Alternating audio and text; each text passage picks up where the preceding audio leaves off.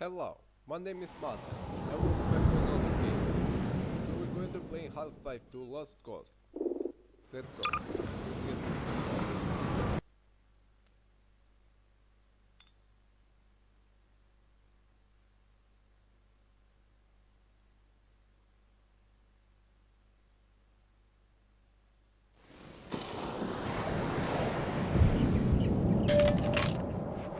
Hi, this is Gabe Newell, and welcome to the Lost Coast. In this tour, we're going to be talking about a new graphics technology we've been developing called High Dynamic Range, or HDR. We'll also be giving you some insight into the design and production challenges we faced during the construction of the Lost Coast. First, a quick explanation of the commentary system. To listen to a commentary node, put your crosshair over the floating commentary symbol and press your Use key. To stop the commentary, put your crosshair over the rotating node and press your Use key again. Some commentary nodes may take control of the game for the purpose of showing something to you. In these cases, simply pressing your Use key will stop the commentary. With conventional rendering, seen here on the left, if something on the screen is 20% reflective, like the wet sand, then the maximum reflected brightness could only be 20% of the maximum brightness of your monitor. HDR's more accurate simulation of light ensures that the sun's reflection on this wet sand appears as it would in the real world, which could potentially use 100% of the maximum monitor brightness. HDR uses bloom to simulate light that is beyond 100% of a monitor's maximum brightness.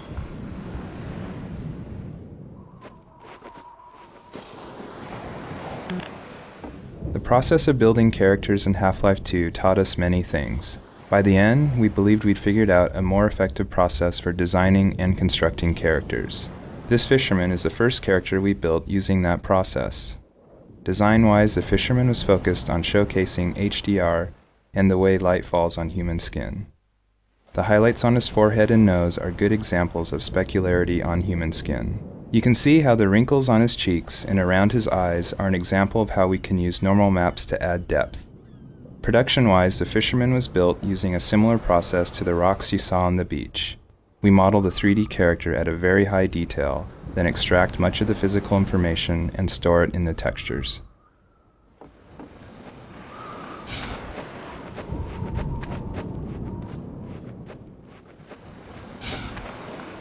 When the art team started to think about a location that would demonstrate the power of HDR, a beach was one of the first choices we made. The visual relationship between the sky, the water, and the rocks is something we could not achieve without HDR.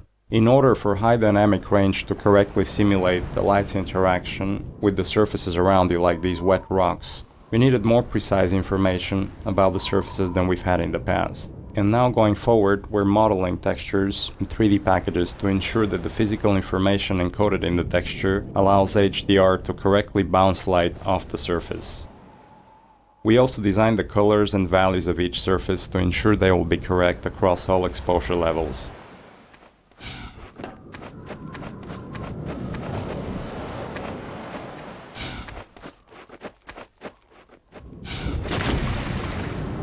Hey! You there? Wait a minute now, aren't you? You are. You're that scientist chap, Friedman, Fishman, am I right? You must be here to take on the Combine. Not sure what one man can do, but no other reason to visit St. Olga at a time like this. I'll take you to where they made their base, or as far as I can, at any rate.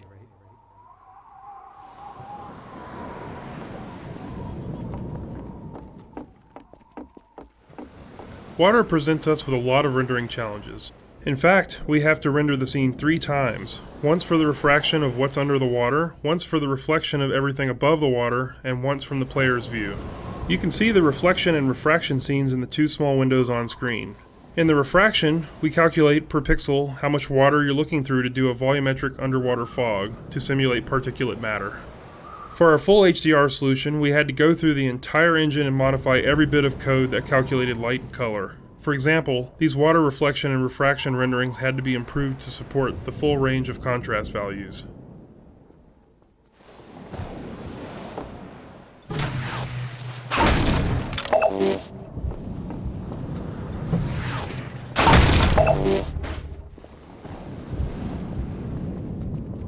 Here, now, let me just unlock this gate for you. Got the key right here. There we go. Get along now, laddie. Destroy that gun and no dawdling.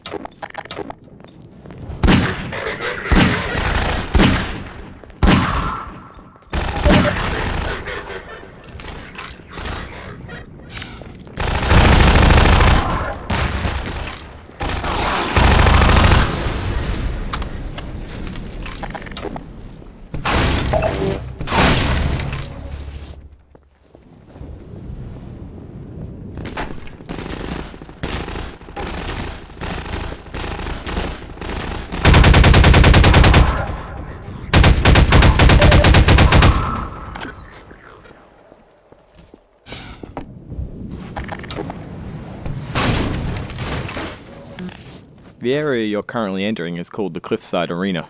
We were particularly happy with the vertical cliffside in Half-Life 1 and regretted that we didn't iterate further on that concept in Half-Life 2.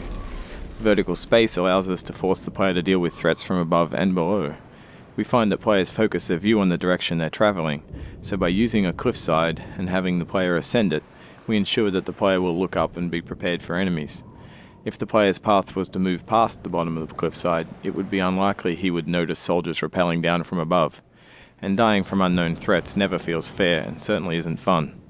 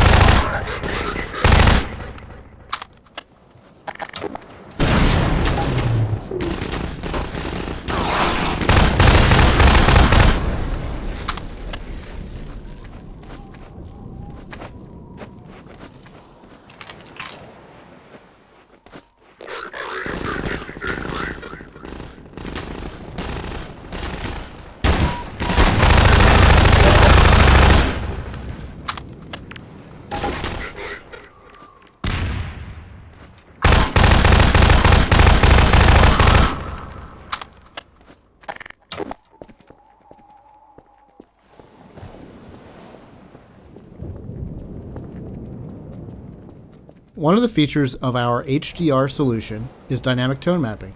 The easiest way to think about dynamic tone mapping is that it's a method of simulating the way the human eye reacts to light. In the real world, you've probably walked into a dark room and noticed your eye adjusting to the darkness, letting you see better after some time. Or you've walked out into a bright day and been blinded by the sun, only to have your eye adjust and allow you to see normally. Your iris is adjusting itself in response to the amount of light hitting your eye. Dynamic tone mapping simulates this by automatically adjusting the exposure of the scene to mimic the behavior of your iris. You can see this as the view moves from the dark tunnel to the bright sun and back again.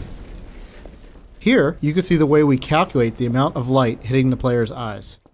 We'd take a snapshot of the scene, measure the brightness levels, and then use that to adjust exposure.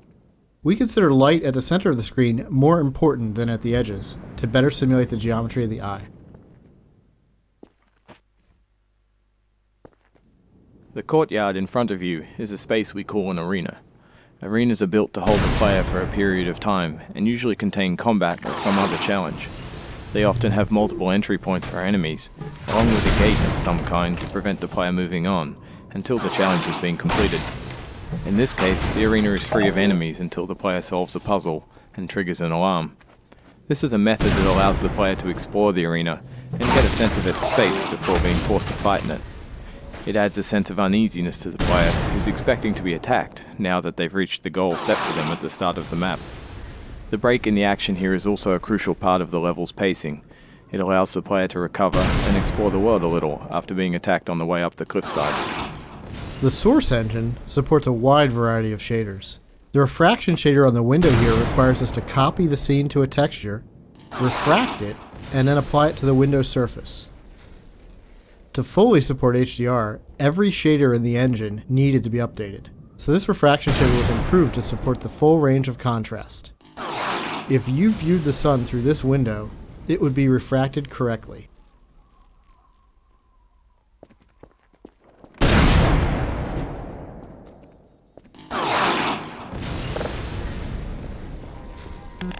We wanted to transition from a bright, wide-open space into a tighter, closed one to showcase HDR's dynamic tone mapping. We also like to focus on contrasting elements in our settings, like ancient human architecture and futuristic combine technology. A monastery fit these requirements perfectly. Monasteries are generally isolated, unlit, and built ages ago. They provide a great backdrop for the contrasting combine technology. When we build fictional settings, we try to ground them by basing them off a real-world location. We use this location as a design constraint that forces a logical consistency behind the art choices. Churches are great dramatic spaces. They're often lit naturally with extremes of darkness and brightness, which makes them a great showcase for HDR. Gothic churches are the sober monochromatic spaces that you've seen in almost every horror movie or game. Byzantine churches, on the other hand, are very colorful and have a large variety of materials. We wanted that color and material variety to show off our HDR reflections. Our games are filled with things we call gates, which are essentially just challenges that the player must overcome to drive the experience forward. We used a puzzle here since the player has been through combat and exploration recently. When we design challenges, we try to ensure that the player's goal and the action required by the player are both fun. It's not hard to create interesting goals for the player, like stopping this machine from shelling the nearby village, but the action required by the player to solve the challenge needs to be fun as well. So instead of something menial, such as hitting an off switch, the player gets to use physics to jam the gun's mechanism and cause it to break.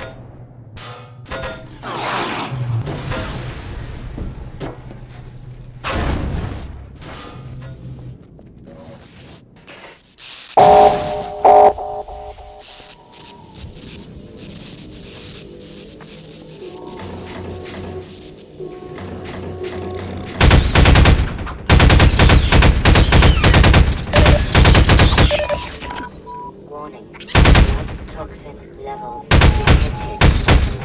Medical systems engaged.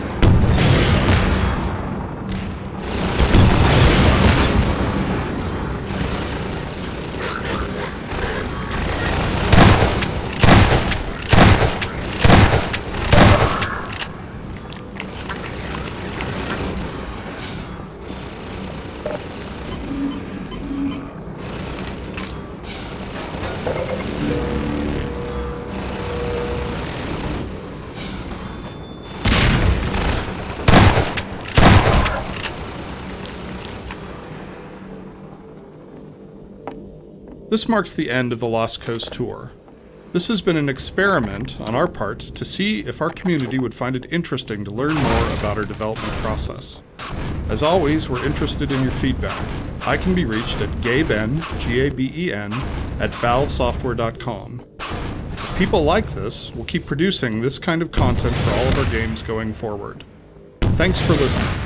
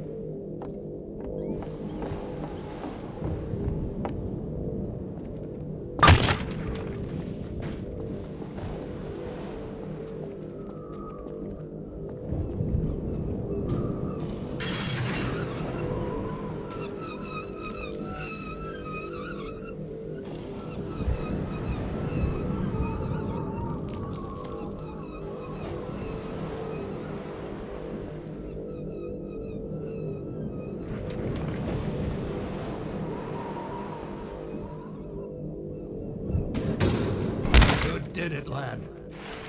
Come on with me to St. Olga. We'll celebrate this victory with a feast. I hope you like leeches. Hey, where you going? You're getting fuzzy around the edges.